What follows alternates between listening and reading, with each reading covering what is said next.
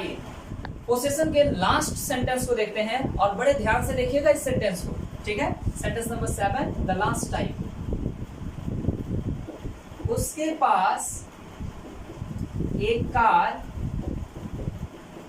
होनी चाहिए थी। उसके पास एक कार होनी चाहिए थी। अब आप गौर करें हमारा सीक्वेंस कैसे आया। सकता है उसके लिए हमने कैन का यूज किया, सकता था उसके लिए हमने कुड का यूज किया, चाहिए हमने शुड का यूज किया।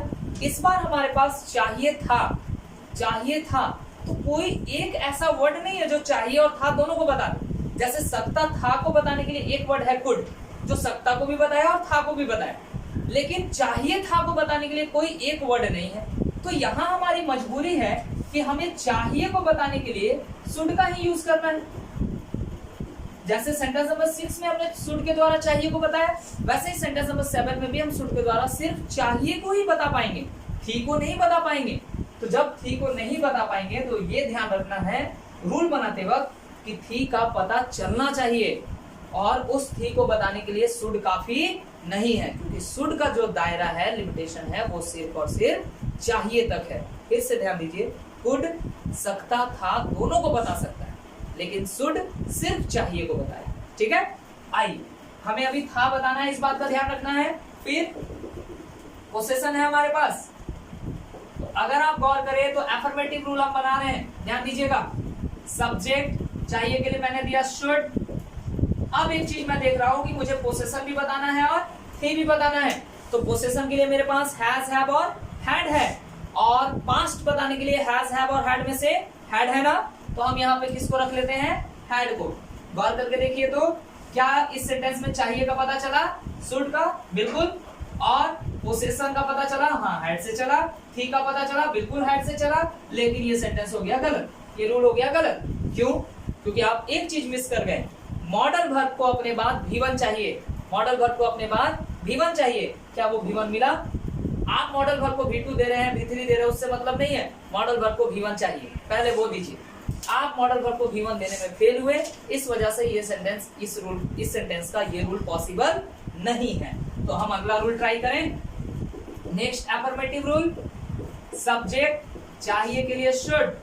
अब एक बात गौर कीजिए, हमें पोसेशन बताना है और पास्ट बताना है, पोसेशन बताना है और पास्ट बताना है, तो पोसेशन और पास्ट के लिए हैड को रखिए। किसको रखिए? हैड को रखिए। पोसेशन और पास्ट के लिए हैड को रखिए, लेकिन मॉडल वर्ब को अपने बाद क्या चाहिए था, V1 ना, तो हैज, हैव, हैड में V1 कौन था बाबू? हैव। तो यहाँ शुड के बाद किसका यूज कीजिए? हैव का। तो जो रूल हमारा बना वो रूल क्या बना, ध्यान दीजिए। सब्जेक्ट है शुड, हैव, हैड और ऑब्जेक्ट। चलिए मान लीजिए ये रूल भी गलत है, तो इस रूल को गलत करने का एक तरीका होगा ना, क्यों गलत है पहले वो चेक कर लेते हैं। लेकिन हम ऐसा मान रहे हैं कि ये रूल गलत है, ये रूल गलत नहीं है, इसको हम लोग 100% फॉलो करेंगे। ध्यान दीजिए, मान लीजिए शुड गलत है, तो हमने शुड को हटाया।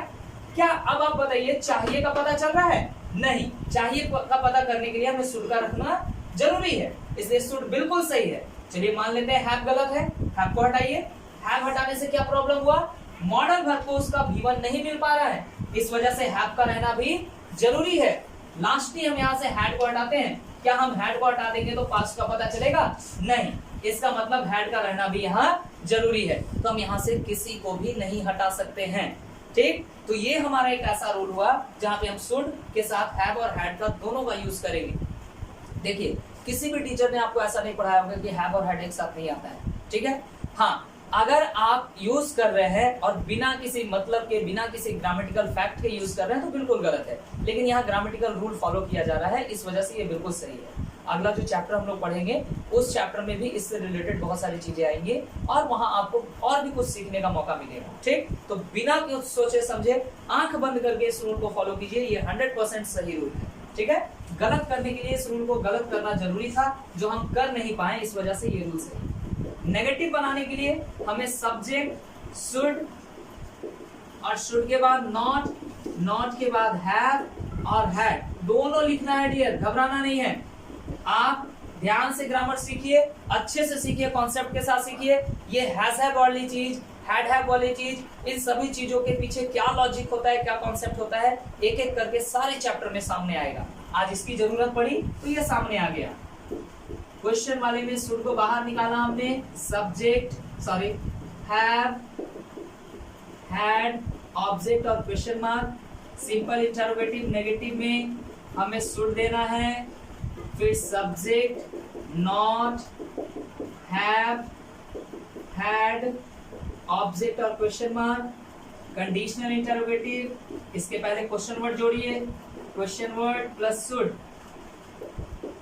सब्जेक्ट हैव, हैड और object plus question mark, conditional interrogative negative, question word should, subject, subject के बाद नॉट, फिर हैव, हैड प्लस ऑब्जेक्ट और क्वेश्चन मार्क। ठीक है, एग्जांपल देख लिया जाए जरा।